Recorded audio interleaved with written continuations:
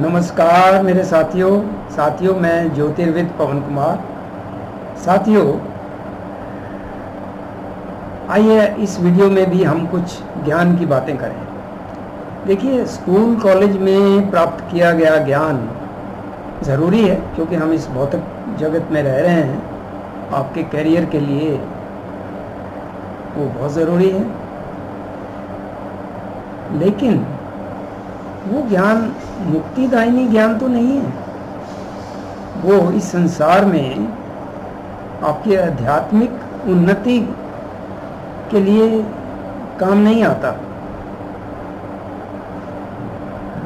आध्यात्मिक उन्नति के लिए जो ज्ञान आपको चाहिए वो भी बिखरा पड़ा है चारों तरफ। हमारे स्क्रिप्चर्स में है, सच्चे संत महात्माओं ने दिया हुआ है ज्ञान, पड़ा है।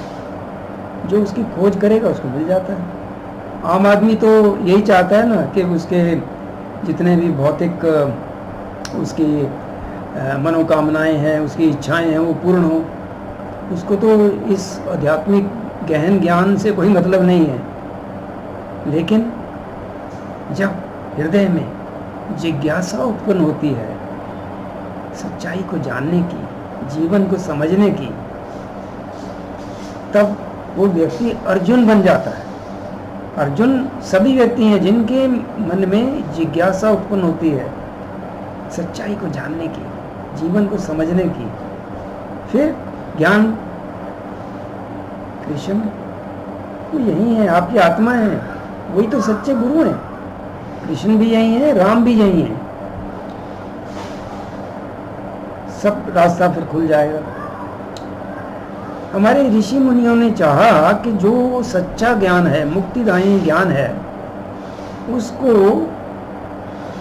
उसी को प्राप्त हो जो सच्चा जिज्ञासु है, जो वर्दी है, जो उसको पाने का इच्छुक है और उसके योग्य है। तो उन्होंने क्या करा कि कुछ छंद के रूप में, कविता के रूप में, पोएट्री के रूप में उसको शब्दों के पीछे छुपा दिया है असली ज्ञान को। जो जिज्ञासु है, वो चाहता है, उसको उजागर हो जाता है। तो इस वीडियो में मैं इन्हीं बातों का व्याख्यान करने वाला हूँ कि शब्दों के पीछे का ज्ञान कई बार बिल्कुल भिन्न होता है, बहुत गहन होता है। आपने संत कबीर का नाम तो सुना ही होगा। संत कबीर बहुत पहुंचे हुए भाई संत थे, सेल्फ रियलाइज्ड थे। तो उनके जो दोहे हैं, काफ़ी दोहे तो ठीक है, समझ आ जाती है, साधारण भाषा में है, लेकिन उनके दोहे ऐसे भी हैं जिनमें गहन ज्ञान छिपा हुआ है।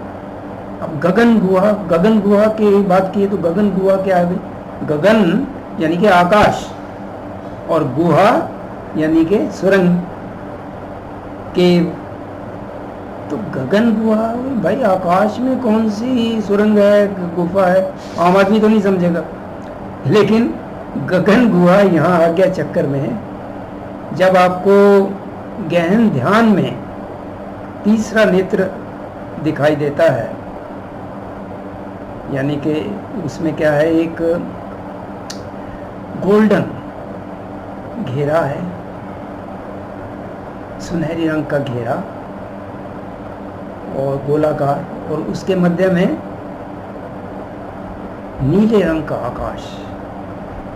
मध्य का जो हिस्सा है गोलाकार, वो नीले रंग का है, और उसके मध्य में एक बहुत ही छोटा, बहुत ही बारीक बिंदु नजर आता है, लेकिन वो स्टार है। 5 साइड वाला वो एक स्टार है, जिसको लहरी महाशय ने अपनी पुस्तक में तारकनाथ लिखा है, तारा, उसको बिंदु भी बोलते हैं। और जब गहन ध्यान तभी होता है जब मन शांत हो जाता है, बिल्कुल शून्य स्थिति में पहुंच जाता है। उसका मतलब के उसके मन बिल्कुल ही स्थिर हो जाता है। वो गहन ध्यान में फिर योगी उस तारकनाथ में प्रवेश करता है। वही गगन गुहा है, वही रास्ता है आपकी आत्मा तक, यहीं से। कृष्ण तक, राम तक वही है। इसीलिए इसको राम द्वार भी बोला है। देखिए लैडी महाशय जी का नाम सुना होगा। लैडी महाशय ने अपनी पुस्तक में लिखा है कबीर के दोहे के बारे में। कबीर जी का दोहा है, क्या है? मरते मरते जग मरा, मरना न जाने कोई, ऐसा मरना कोई न मरा, जे फिर ना मरना होए। मरना है दुई भांत का, जो मरना जाने कोई, राम द्वारे जो मरे, फिर ना मरना होए। अब साधारण आदमी सोचेगा राम द्वारा, भाई ये कोई राम का मंदिर होगा? नहीं, राम द्वारा यही है। असली राम तो आपकी आत्मा है ना, उस तक का रास्ता यही है, यही द्वार है राम तक जाने का, कृष्ण तक जाने का। तो जो योगी हैं, जो योग की क्रियाएं प्रयोग करते हैं अपनी आध्यात्मिक उन्नति के लिए, वो उनको पता चल जाता है जब उनका आखिरी समय आता है, तो वो अपने योग बल से, अपनी इच्छा शक्ति से, योग बल से अपने शरीर में प्राण शक्ति को इकट्ठा करके यहाँ पे केंद्रित करके यहाँ से ही फिर वो शरीर को छोड़ते हैं। उसी के लिए कहा है राम द्वारे जो मरे फिर न मरना होए। तो वो सीधा फिर अपने आत्म स्वरूप को प्राप्त कर लेता है, फिर उसका जन्म मरण नहीं है। तो ये राम द्वारे आम आदमी नहीं समझेगा, वो समझेगा किसी मंदिर का उल्लेख है। घट घट विराजे राम, यही है भाई, असली राम तो यही, कृष्ण यही है। तो इस तरह से शब्दों में छुपाया गया है सच्चाई को, और इसी का उल्लेख कर रहे हैं। तो इनकी पुस्तक श्री लहरी महाशय जी की है, उसमें प्रसाद के बारे में। प्रसाद तो आप सभी जानते हो, मंदिर में जाते हो तो प्रसाद लेते हो, पूजा पाठ करते हो तो प्रसाद बांटा जाता है। अब